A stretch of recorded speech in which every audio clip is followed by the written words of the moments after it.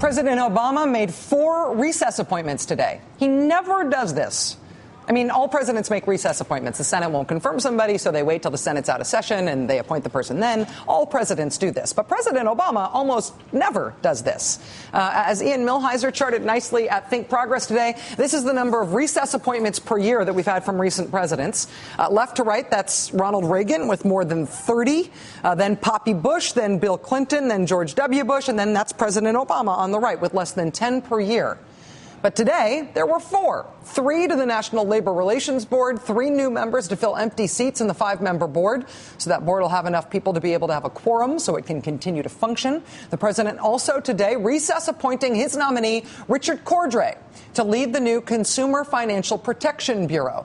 That name is familiar to you, not just Richard Cordray, but the Consumer Financial Protection Bureau, because that's the agency that had been championed by Elizabeth Warren. Mr. Cordray had been her deputy in Washington working to set up this agency before Elizabeth Warren decided to run for Senate against Scott Brown in Massachusetts.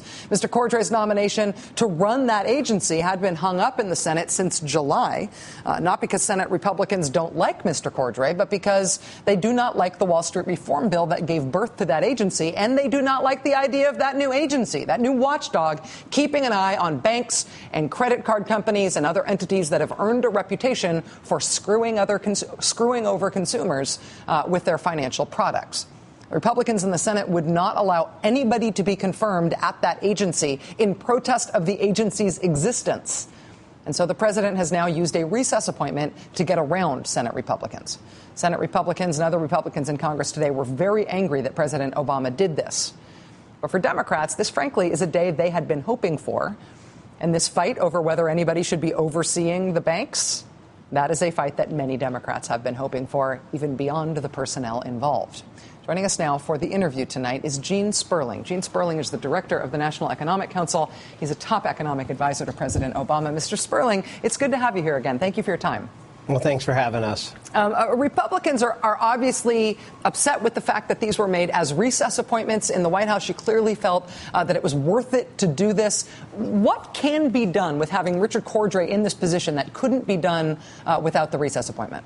Well, that's a great question. And obviously, the president wasn't trying to pick a fight. The president was trying to implement the law of the land that created, as you said, a new independent consumer watchdog, which is there to protect millions of working families from the type of abuse too many have suffered in credit cards, payday loans, school loans, and on and on. But to your particular question, until there was an actual director in place, you could not supervise the non-bank participants in our economy. So when you think of the types of abuse that so many people suffered, unethical abuse at subprime lending, loans that exploded on them, 40-50% of those came from non-banks. Still to this day, until this appointment took place, we could not be supervising those. There are 20 million people who take payday loans, Rachel, 20 million. They're often average 2 weeks,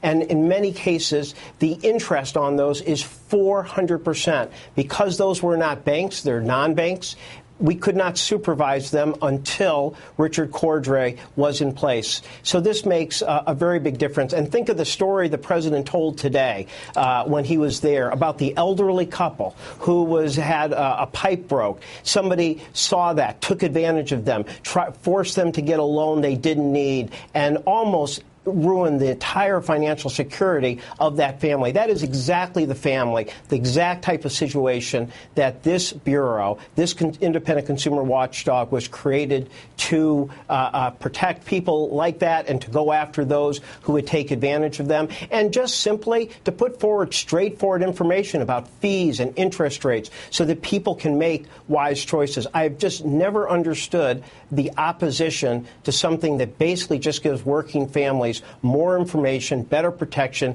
and make sure that everybody abides by the law when they're dealing with worker families in financial products like credit cards, school loans, payday loans, or mortgages. The story that the president told there that you just described, he told at a big event today in Ohio, Richard Cordray's home state, talking about his appointment, talking about the Consumer Financial Protection Bureau. And you say that the president is not trying to pick a fight here, but clearly he did this in a big public way with all of his storytelling abilities, which he's very good at in his oratory, and with a lot of attention brought to this. I wonder if this is part of a larger strategy to try to, I guess, increase people's confidence in what the administration's able to do on basic economic issues.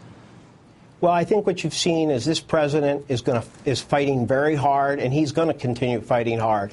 You know, I think the most decisive decision anyone's made the last couple of years is when the president decided he was not going to allow the debt limit to only be extended for 6 months, so that, Rachel, we would right now be going through the threat of default again. He stood firm on that. That allowed him to stand firm and strong in fighting for the payroll tax cut, for unemployment insurance. And again here, he tried to work with the Congress. He wanted to get Richard Cordray confirmed. But as you said something very important. They weren't challenging his credentials. They were trying to essentially nullify a law that was passed to protect working families. This was the law of the land, and they were basically saying we're going to block anyone as a way of nullifying that law. And what the president is saying is that if they're going to create obstacles like that help protects him from defending working families on basic economic issues, he's going to use the authority he has. And he had clear and express constitutional authority under Article 2 to make this recess appointment. And he did the right thing. But again, when I said he didn't pick a fight, what I meant is that we would have much more preferred for them to act in a cooperative way and confirm him. But if they're not going to, as the president said, he's going to fight and do everything he can under his powers to protect American families. Gene Sperling, the director of the National Economic Council. Your time is valuable, sir, and I appreciate you spending some of it with us. Thank you.